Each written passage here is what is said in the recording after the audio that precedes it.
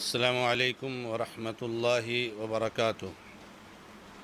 الحمد للہ رب العالمین واشہد ان لا الہ الا اللہ وحدہ لا شریک لہ واشہد ان محمدا عبدہ ورسولہ صلی اللہ تعالی علیہ وآلہ وسلم۔ معزز و موقر ناظرین و ناظرات، اللہ رب العزت کے فضل و کرم سے نہایت ہی مبارک سلسلے کا آغاز ہو رہا ہے، اور وہ ہے سلسلہ تفسیر قرآن کریم۔ قرآن کریم کی تفسیر اور توضیح کا یہ مبارک سلسلہ جو شروع ہو رہا ہے، اور جس میں قرآن کریم کی ابتدا سے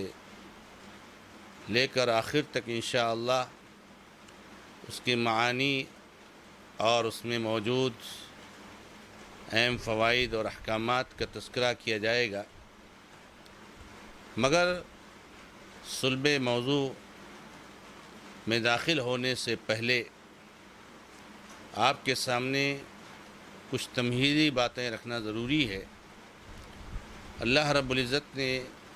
قرآن کریم میں ارشاد فرمایا ہے، لو انزلنا هذا القرآن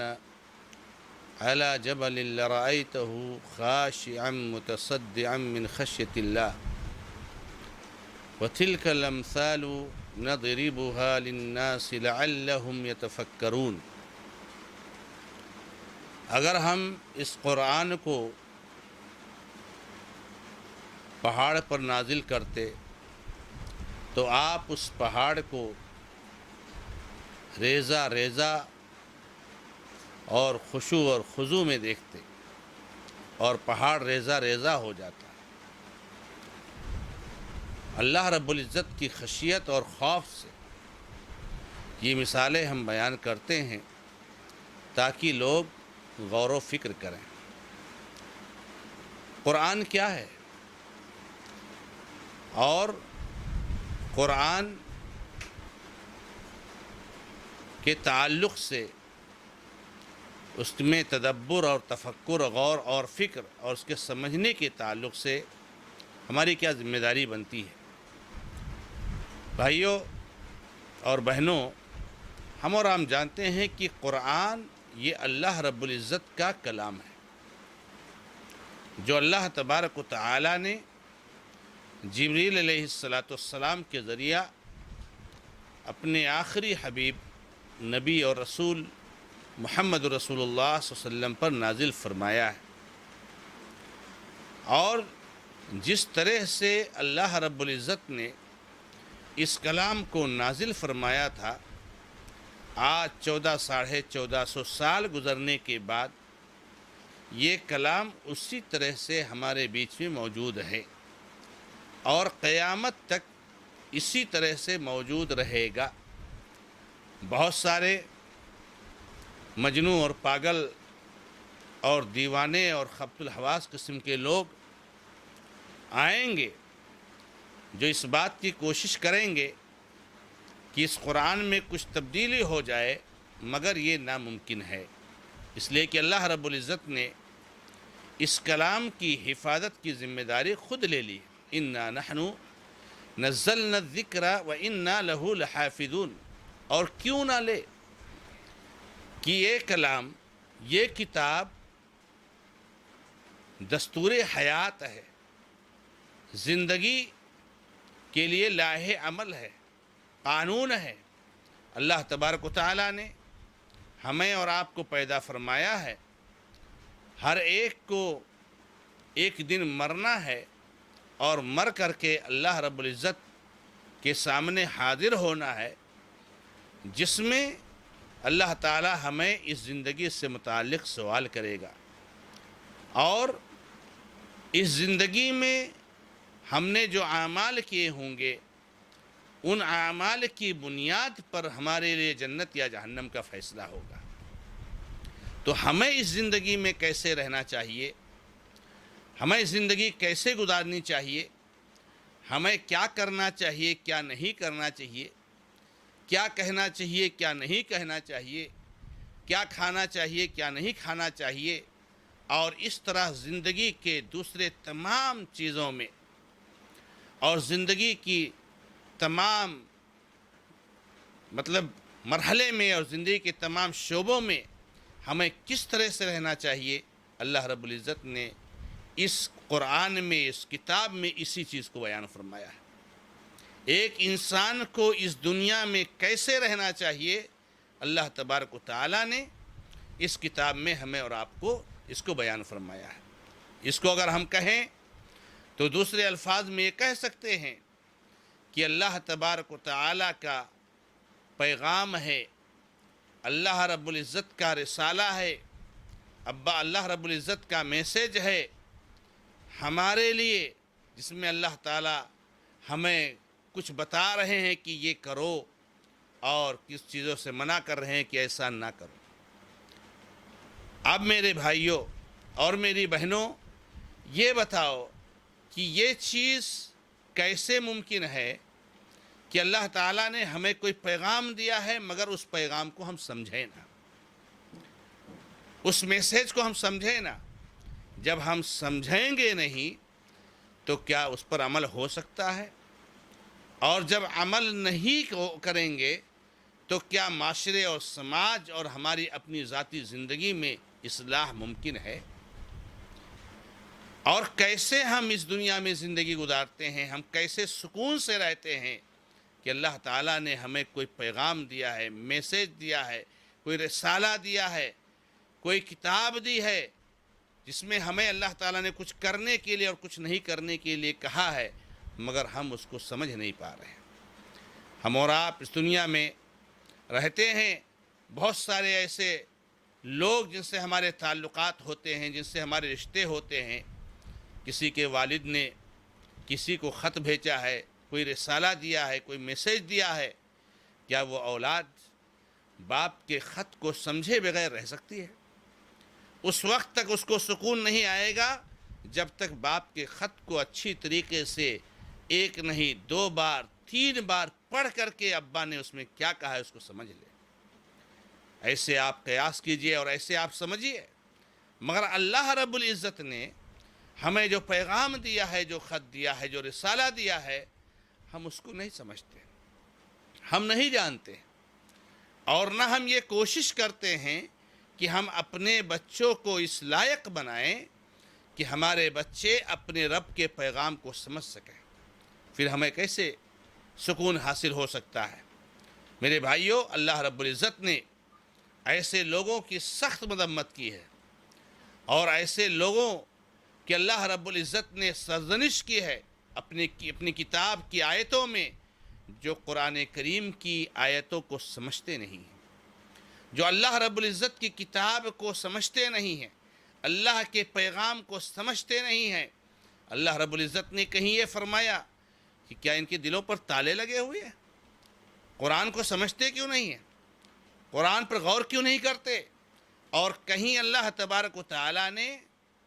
ایسے لوگوں کی مثال گدھے سے دی ہے کہ جس گدھے کی پیٹھ پر کتابوں کا بوجھ لاد دیا جائے، کتابوں کا بنڈل لاد دیا جائے، کتابوں کا ذخیرہ لاد دیا جائے، اور وہ گدھا اپنی پیٹھ پر کتابوں کا ذخیرہ لے کر کے گھومے، مگر اس گدھے کو یہ نہیں معلوم ہے کہ ان کتابوں میں ہے کیا۔ ایسے ہم نے اس کتاب کو جو اللہ نے نازل فرمایا ہے، اس پر ہم ایمان لانے کا تو دعویٰ کرتے ہیں، ہم زبان سے تو یہ کہتے ہیں کہ یہ کتاب ہمارے لیے مشعل راہ ہے، ہمارے لیے ہدایت کا ذریعہ ہے، مگر ہم کچھ بھی نہیں جانتے کہ اس کتاب میں کیا ہے، اور نہ اس کے لیے کوشش کرتے۔ میرے بھائیوں اور میری بہنوں، یہ جو سلسلہ ہے، یہ سلسلہ اسی جانب ایک قدم ہے کہ ہم کتاب کو سمجھنے کی کوشش کریں، جس میں ایک 2 آیتوں کو لے کر کے آپ کو یہ بتانے کی کوشش کی جائے گی کہ ان آیتوں میں اللہ تعالیٰ نے آپ سے کیا طلب کیا ہے، آپ سے کیا مطالبہ کیا ہے۔ اور جب آپ اس کو سمجھیں گے کہ اللہ تعالیٰ نے ہم سے کیا طلب کیا ہے، ہم سے کیا مطالبہ ہے اللہ رب العزت کا، اللہ رب العزت ہمیں کیا فرما رہے ہیں، تو آپ اس پر عمل کریں گے، آپ کی دنیا بھی سنور جائے گی اور آخرت میں بھی آپ کے لیے کامیابی ہے۔ ہم اور آپ جانتے ہیں کہ صحابہ کرام کا یہی منہج تھا۔ آج ہمارے بہت سارے احباب جنہوں نے مکتب میں قرآن پڑھنا تو سیکھ لیا ہے، قرآن کی تلاوت کرنا تو سیکھ لیا ہے، ناظرہ پڑھنا تو سیکھ لیا ہے، اور زندگی بھر اسی قرآن کو وہ تلاوت کرتے رہتے ہیں، مگر زندگی میں کبھی یہ کوشش ہمارے بہت سارے بھائی نہیں کرتے ہیں کہ یہ جو میں پڑھ رہا ہوں، یہ جو تلاوت کر رہا ہوں، اس میں اللہ تعالیٰ ہم سے کہہ کیا رہا ہے۔ ہم اور آپ جانتے ہیں بعض صحابہ کرام کے ان آثار کو کہ صحابہ کرام رضی اللہ عنہ اجمعین نے کہا کہ جب اللہ تبارک و تعالیٰ قرآن کریم میں کہے یا ایھا الذین آمنو، اے مومنو، تو اپنے کان کو کھڑے کر لیجئے، ہوشیار ہو جائیے آپ،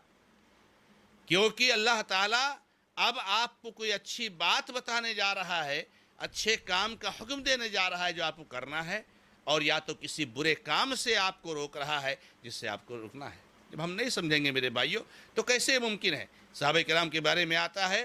کہ صحابہ کرام کہتے ہیں کہ ہم اللہ کے نبی علیہ السلام سے 10 آیتیں سیکھتے تھے، اس کو اچھی طریقے سے پڑھتے تھے، پھر اس میں جو معانی، مطالب اور احکام ہیں اس کو سمجھتے تھے، اور پھر اس پر عمل کرتے تھے، اور اس کے بعد آگے بڑھتے تھے۔ تو یہ صحابہ کرام کا منہج ہے کہ قرآن کو سیکھیں، سمجھیں، عمل کریں اور آگے بڑھیں۔ میرے بھائیوں، ہم قرآن کو پڑھنا تو سیکھ لیتے ہیں مگر اس کو سمجھنے کی کوشش نہیں کرتے، اور ہمارے بہت سارے بھائی جو اس کو سمجھتے ہیں وہ اس پر عمل کرنے کی کوشش نہیں کرتے ہیں۔ قرآن مبارک کتاب ہے، مگر اس کتاب کی سب سے اہم برکت یہی ہے جس کے لیے اس کتاب کو اللہ رب العزت نے نازل فرمایا ہے کہ ہم اس کتاب پر عمل کریں، اس کے ذریعے سے اپنی زندگی کو سنواریں، ورنہ اس کتاب کی کوئی برکت ہمیں حاصل نہیں ہو سکتی ہے میرے بھائیوں اگر ہم اس کتاب پر عمل نہیں کریں گے۔ تو یہ قرآن کریم کی جو تفسیر کا سلسلہ شروع ہو رہا ہے، جس کا آغاز انشاءاللہ تعالی سورۃ الفاتحہ سے ہوگا، اس میں مقصد یہی ہے کہ قرآن کے نزول کا جو اصل مقصد ہے اس کو سمجھ کر کے اس پر عمل کرنا وہ آپ کے سامنے بیان کیا جائے تاکہ آپ اس پر عمل کرنے کی کوشش کریں۔ جب قرآن کو ہم سمجھیں گے، قرآن میں کیا موجود ہے اور اس کو جانیں گے تو ہمارے اندر عمل کا جذبہ پیدا ہوگا۔ آپ تجربہ کر لیجئے اور آپ دیکھ لیجئے، آپ جو ہے اس کو کر کے اس چیز کو جو ہے کیا نام ہے آپ سمجھ سکتے ہیں کہ اگر آپ قرآن کو سمجھ کر کے پڑھ رہے ہیں تو قرآن پر عمل کرنے کا آپ کے اندر جذبہ پیدا ہوتا ہے، مگر جب قرآن کو سمجھ کر کے آپ نہیں پڑھتے ہیں اور ہم نہیں پڑھتے ہیں اور ہم نہیں سمجھتے ہیں تو آہستہ آہستہ ہمارے دلوں پر جو ہے سیاہی جمتی جاتی ہے، اور اس دل کا حال یہ ہو جاتا ہے کہ اس کے بعد کوئی بھی آیت پڑھی جائے اور کوئی بھی نصیحت کی جائے انسان کے اوپر اس کا اثر نہیں ہوتا ہے۔ اس لیے میں آپ سبھی سے گزارش کرتا ہوں کہ غور سے قرآن کی آیتوں کے معانی کو سمجھیں اور اس کے بعد اس پر عمل کرنے کی کوشش کریں۔ اللہ رب العزت سے دعا کرتا ہوں کہ رب العزت ہمیں اور آپ کو کہنے اور سننے سے زیادہ عمل کرنے کی توفیق عطا فرمائے، اور انشاءاللہ تبارک و تعالی جو ہے جو کچھ ہم سمجھیں اس کو اپنی عملی زندگی میں نافذ کریں۔ اللہ تعالی ہمیں اس کی توفیق عطا فرمائے۔ ھذا ما عندی واللہ تعالی عالم والحمد للہ رب العالمین وصلی اللہ علی محمد وسلم تسلیما کثیرا۔